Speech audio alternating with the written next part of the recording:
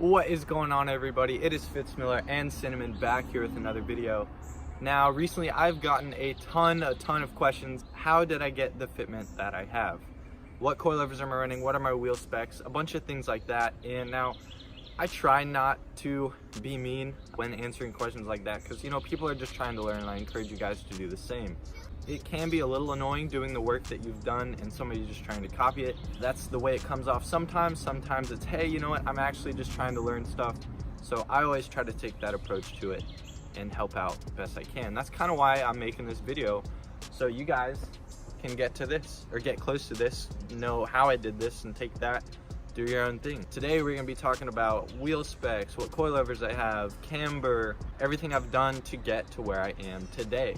Yeah, we're probably gonna have to go to somewhere pretty cool to do this video. It's too loud here at the house, birds, cars, highway. It's pretty annoying to film. So we're gonna go find somewhere fun, quiet. So let's dive right into the video.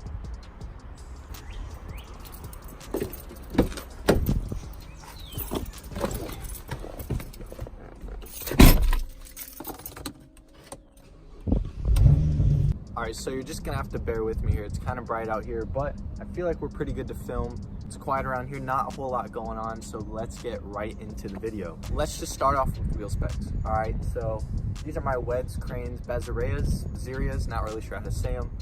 18 by 12 plus 14 in the rear, 18 by 10.5 plus 11-ish in the front. They're wrapped in 245 35 18s and 225 35 18s. Now, yes, I do have Sedani. Don't get Nankings, get Achilles. They run bigger in the sizes provided, and they're just a whole lot stretchier, and I believe they're a little bit cheaper than the Nanking NA20s, I believe. So those are my wheel and tire specs. Now, as far as coilovers, suspension-wise, I have Function Form Type 2s with 4-inch 34K springs all the way around. Now, in the front on top of the coilovers, I have camber plates. They're at 2.5 degrees. I just got my alignment this morning. And in the rear, I have natural camber of 3 degrees. In the rear, I also have new toe arms, Manzano toe arms, and they've been awesome. If you do lower your car enough, these stock toe arms in the rear are not going to be enough. I have new control arms in the front, tie rods, in the front. Mine were just rusted on, so I had to get new ones. That's about it suspension-wise. Bodywork, I had to roll the rears, and I don't think I've had to do much else. Oh, you have to take out your fender liners, or I took out my fender liners because they're rubbing, they're burned through, they're falling out. It was just time to get rid of them. So fortunately, these wheels were built for an E90. I really did get lucky with these wheels. Now, you guys are probably gonna have to do some digging on what wheels would work for your car, but if you're watching this for an E90, these are very, very aggressive specs. I started out with 18 by 8.5 all the way around plus 45. Those wheels were my very first black wheels. After that, I went to the Style 95s. Those were 19 by 10.5, 19 by 9.5 with plus 25-ish all the way around.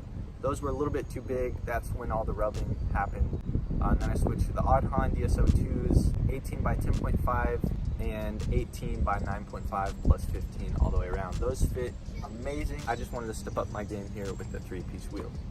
So I know starting out, if you have a stock E90, stockish E90, and you're looking to stance it, all right, this is gonna be a really good couple of thoughts on how to do that, how to go about that. Tire size, stretching, all that sorts of stuff.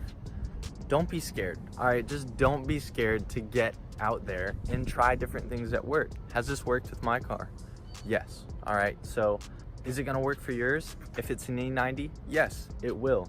But I encourage you guys to go out, try different things, try crazy specs, skinnier specs, bigger tires, a bunch of stuff like that. One thing that I wanted to point out here for the rear of the car, if I had gotten BCs, I would have gotten the full coilover setup, the shock and spring combo. Right now, it's just a spring with an adjuster on the bottom and adjuster on the top. It's not the same as the front and the rear, so that did take a good amount of time. It's really easy to pull in and out, but this is what I had to do because I ordered 4-inch springs all the way around. So it worked in the coilover, and in the rear, it did take a little bit to get this. So you guys are probably wondering what this thing looks like rolling. I'm gonna go ahead and show you guys right now. I'm just gonna drive by a couple times. I don't have anybody out here to film rollers with me, but this will be a good idea, and hopefully I can get some rollers later. So here you go.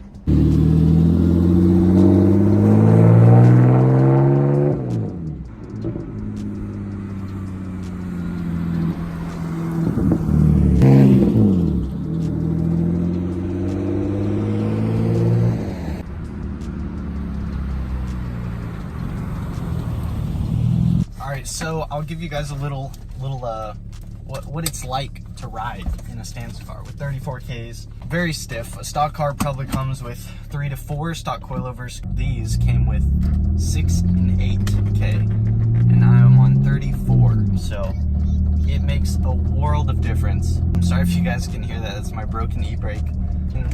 Drum brake, I really do need to get that fixed soon, but for right now it's fine.